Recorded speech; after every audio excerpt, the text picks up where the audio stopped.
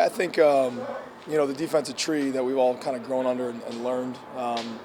It's a little different in each and every way. It has its foundation, but I think just like a foundation, if you're thinking about it, kind of like the branch of a tree. The branches kind of grow out, and you kind of have different things that you've done over the years, and you've kind of put together that you like. But certainly, coach with his history and how great of a defensive mind he is, we'll come together on that and really develop the best system that we can. But there'll be some similarities to what we've done. There'll be some differences. But at the end of the day, it'll come down to how we execute. It's not going to matter what the call is. At the end of the day, it's how we do it. And that'll be the biggest thing for us as a defense. When you were coming over here and you kind of looked at the personnel that you were going to be inheriting, what kind of stood out about that group, especially some of the younger guys?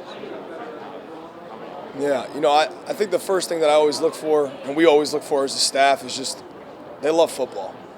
And if you have players that love football, you'll be all right. And you'll fit the scheme to your players. And that's the biggest thing for our staff. We have a bunch of new coaches. Just finding out what we can do, what our strengths are, what our weaknesses are, and what we have to kind of to get better at. And then ultimately develop that over the next, however many months it is until September. But we're gonna love where our feet are, live where our feet are, and we're gonna take it one step at a time. Joe, you're pretty well known as a good recruiter. I just want to talk a little bit about your recruiting philosophy. What are some things you kind of look for in guys? And then you being a Jersey guy, how easy is it to sell on a Jersey program now? Yeah, I think, again, identifying guys that love ball. I think in this day and age of social media and how much that involves in recruiting, sometimes that get lost. It's just how much an individual loves football. And, we talk about family, forget about me, I love you, the sacrifice that it takes to put someone else's needs before yours. That's what we want in recruiting. And if we can identify guys that love to do that, we'll play good defense. But we got to find the people that want to do that. Coach gave an analogy today about guys that go fishing, guys that want to catch the biggest fish, and guys that just love the fish. We want guys that love to play football. And if we get guys that love to play football, we'll be fine.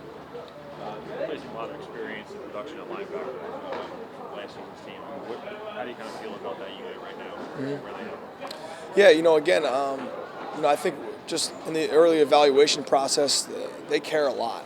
And that's really, really good for us. And that's really, really good for us moving forward. But there's some talent there. There's a lot of talent. And, working through these first three practices, there's stuff that looks really, really good, and there's stuff that we got to get better at, but that's anything. But we just got to sharpen our tools, But I'm really impressed with how they go about their day, how they go about their business. I mean, Coach Heatherman's done a great job already in developing them, and those guys that are helping in there, Coach Noonan, I mean, it's going to be a good crew to see develop. And that's the biggest thing, right? We just got to take one step at a time. We can't think about Boston College. We can't think about anything else. We can't even think about tomorrow. Just be where we are, love where we are, and get better each day. Can you talk a little bit more about your relationship with Heatherman? I know obviously you two work together, going back to Springfield. Yeah, so actually I was a senior when Corey was running the scout team. So I used to break his, a little bit when I was a senior and he was running the scout team. But we go way back, and then when I became the defensive coordinator at Maine back in the mid-2000s, we hired Corey as the D-line coach. He's always been a great coach, but first and foremost, he's a great person. So it goes back to, you asked about recruiting and loving football. I mean, Corey loves football. He's a football guy, and, once we got together at Maine, and then when I became the head coach, he was the defensive coordinator, and he certainly went on to JMU. I went on to Minnesota. He had great success there, and now we bring it back together, and ultimately it's good just to be around him again. What's it been like coming back to Jersey and kind of, obviously what's this whole thing? Yeah. Yeah, it's wherever home is for you, no one can ever take that away from you. So for me getting back, certainly the family aspect is huge. My whole immediate family's around. My wife is from Connecticut, so her immediate family's around, and just for my two daughters, getting back around the family and being able to do things that we haven't been able to do for a really long time, at least since they've been alive for sure. But for us, it's been since 2010. We've been outside of this area really, besides Maine. So. That's good, and then I'm getting crushed with food. I've missed the food. I'm telling you, man, the food's been the number one thing I've missed. So I got to be careful with that. Time for two more. Along the lines of defensive line, it's a group that's really kind of quietly come together the past few years. How important is that to build your new defense, knowing you have those guys up front? Yeah, you're absolutely right. It all starts there. I mean, this is the Big Ten. It's not the Little 10. I was joking with the guys the other day. about that. So I'm really impressed. Coach Watson can get those guys going, get them ramped up, and then that's got to be our strong suit. We have to stop the run.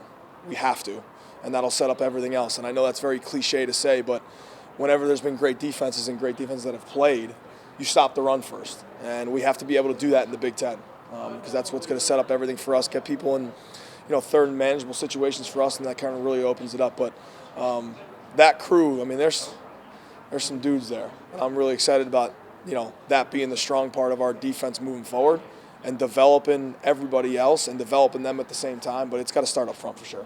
Along that line too, I mean, what was the biggest thing that you learned at Minnesota about being a Big Ten defensive coordinator and what it takes to kind of limit some of these offenses that you're going to be going up against?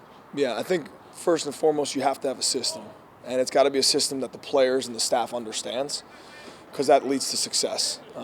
When you try and do too many things, or you try and game plan every little thing, I think when it gets to that point, I think that's where you get a little bit of confusion and stuff goes. And we have to live to who we are, whatever that becomes over this evaluation this spring, this summer, and where we can put our guys in the best situation to be successful, because that's our number one job. Is on Saturdays these guys go out there prepared, they can swarm, they can tackle, and they can get the ball. And that's kind of our method to play great defense. So if we're able to do that and put them in those situations, we should have a great shot at being successful.